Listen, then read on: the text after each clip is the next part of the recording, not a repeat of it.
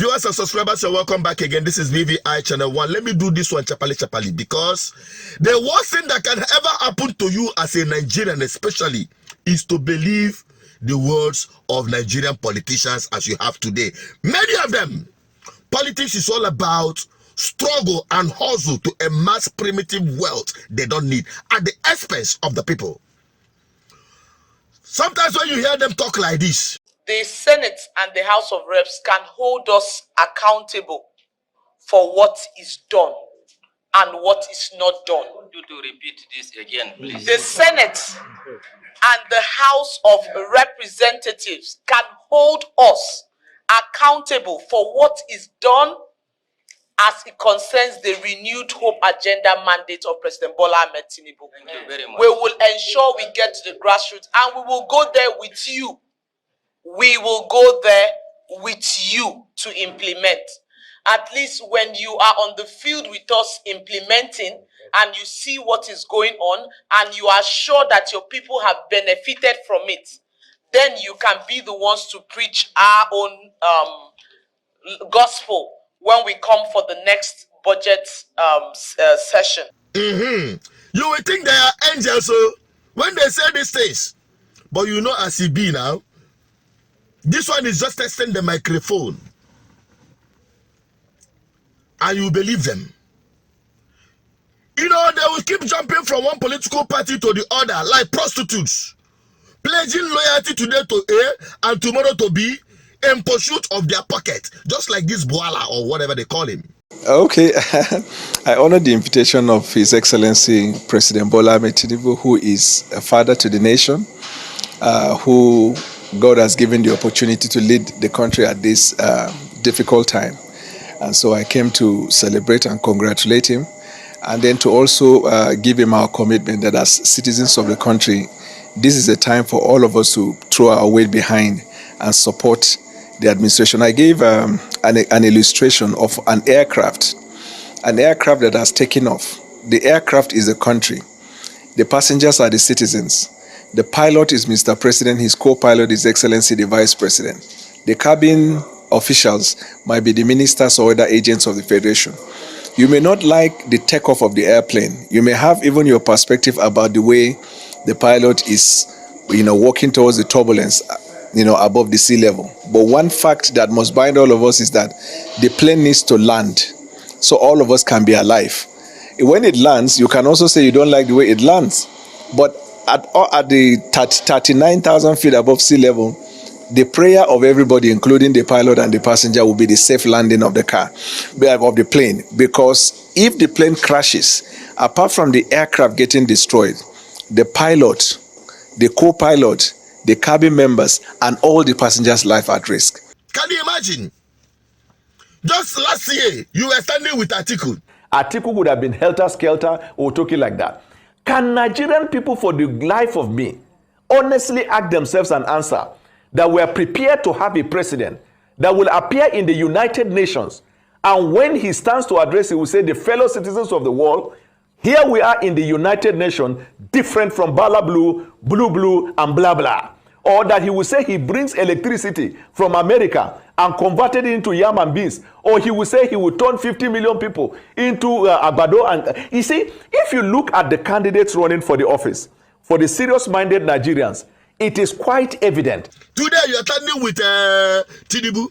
And I am also here to say I am supporting President Bwala Tinubu. You see, men who stood for nothing can fall for anything. And that is the example of many Nigerian politicians and political jobbers.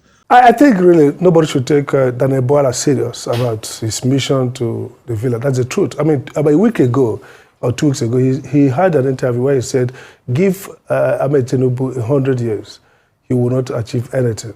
So he is a careerist, even though he's not a mainstream politician, he's a careerist in the support system that supports of politics. He was with, and he's close to me, so I know him a little bit. He was with Buhari and didn't get what he wanted, and then moved on to Atiku, had this kind of voyage or pilgrimage to Atiku, and then took a picture. The next time he was appointed spokesperson, At the same time, he was keeping in touch with some of his APC leaders who I know very well.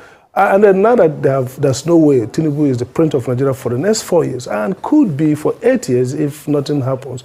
This guy also reads the fig leaf very well and decides to, go back. I mean, it's a cop-out. The idea of, impress with what? I mean, even if Tinubu has taken all the right steps, right, nothing has happened the last 2 weeks to create an epiphany. This is basically careerism. Psychophants everywhere, pursuing one thing or the other to their own benefit at the detriment of the people. That is even the problem. They are not pursuing it because of their personal interests, which will have no or direct impact on the society. No, they are blindly pursuing it to amass wealth, public funds they will divert, shouting all manner of, "All hail you president, all hail you governor, all hail you senator." Why they know that you are walking down the destructive path? They will not. They will keep jeering you up, following you up and down, collecting appointments left, right, and center. They stood for nothing.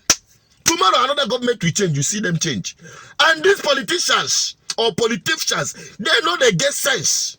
They're very short-sighted. They are blinded by their get rich quick syndrome. By the fact they have understood that Nigeria is home for every manner of corruption without any consequence. So they are pursuing their own at any time, scavenge their own, collect it at any time. So that is, we are not surprised.